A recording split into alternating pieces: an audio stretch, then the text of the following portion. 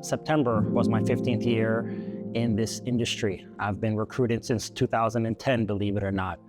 I broke into the industry back in, well, it was right after school. So I graduated, I was a new grad, I was coming out of Ryerson, a human resources graduate. I had a lot of big plans.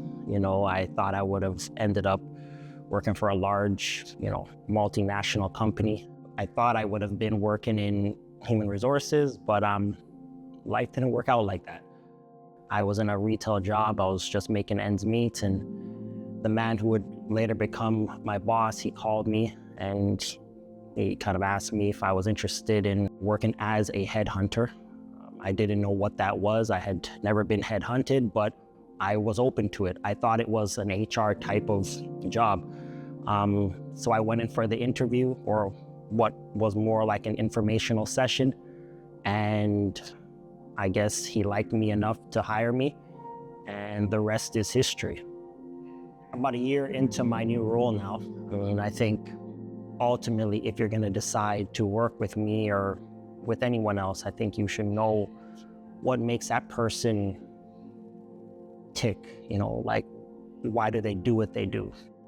About a year into the role, and things were going really well, I was kind of faced with a personal challenge, and I think this is where I'm going to get a little vulnerable, because I want the audience to really understand who I am. I was born with a stutter. I have been raised with it. I've had to really navigate with it, and now I'm being thrust into this environment where I now speak for a living. So you can imagine my voice is now my asset. For years, I always thought of that as my greatest weakness. That came with a lot of mental hurdles, like trying to convince myself that I could do it. There was a day in the office when I was going through the normal routine and I made a call and I couldn't say my name.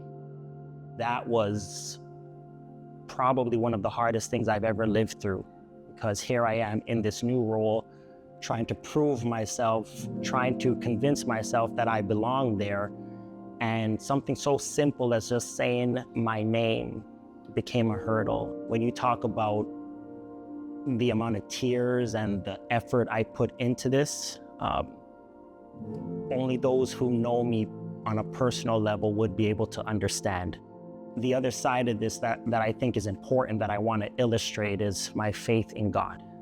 Jesus Christ is my Lord, and I serve him with all of my heart.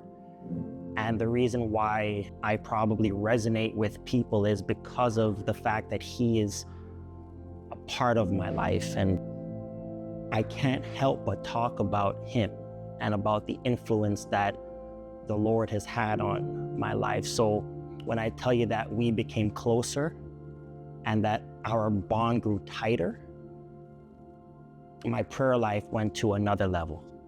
And I'm telling you that he brought me through that.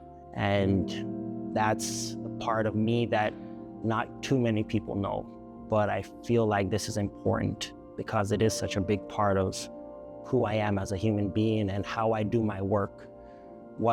Whatever sort of integrity I talk about, or whatever good you hear me say, it's because of him.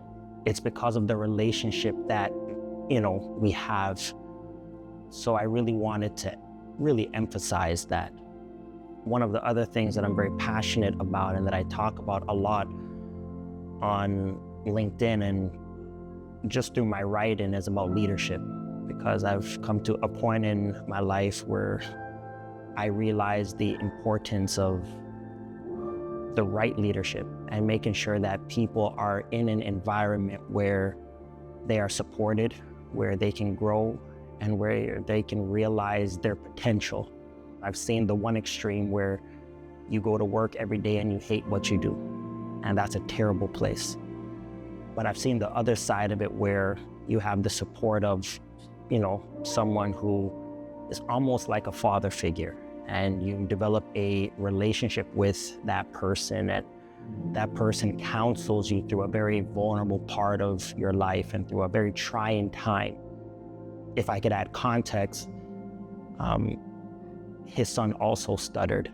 And so there was this empathy that he had, and he was able to understand me, and he was patient, probably more patient than he should have been.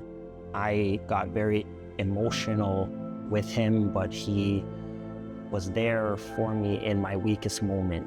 I think of the scripture where the Lord told Moses that he must go and free the people.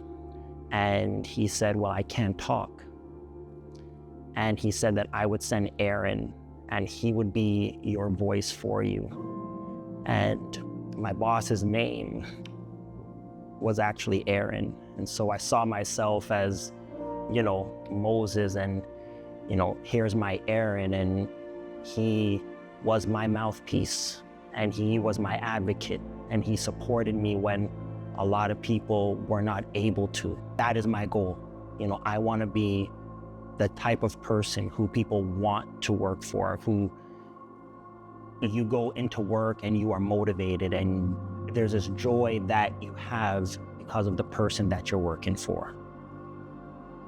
It's very difficult for me to really talk about what I do and to talk about why I do it without really addressing the people who I do it for. I am a family man. I am married to a beautiful woman. I'm married to someone who has been a supporter and who has really pulled the best out of me. I think that is the mark of a good woman, is when she can push her man to the potential that he has. She has really done that in such a remarkable way. I'm also a father to 2 beautiful kids. They are the reason why I do what I do. They are the people who I ultimately work for, so it's hard for me to really bring you into my life and really to showcase who I am without really talking about my family. I love my kids. I wake up every morning and my goal is to be just a little better than I was the day before.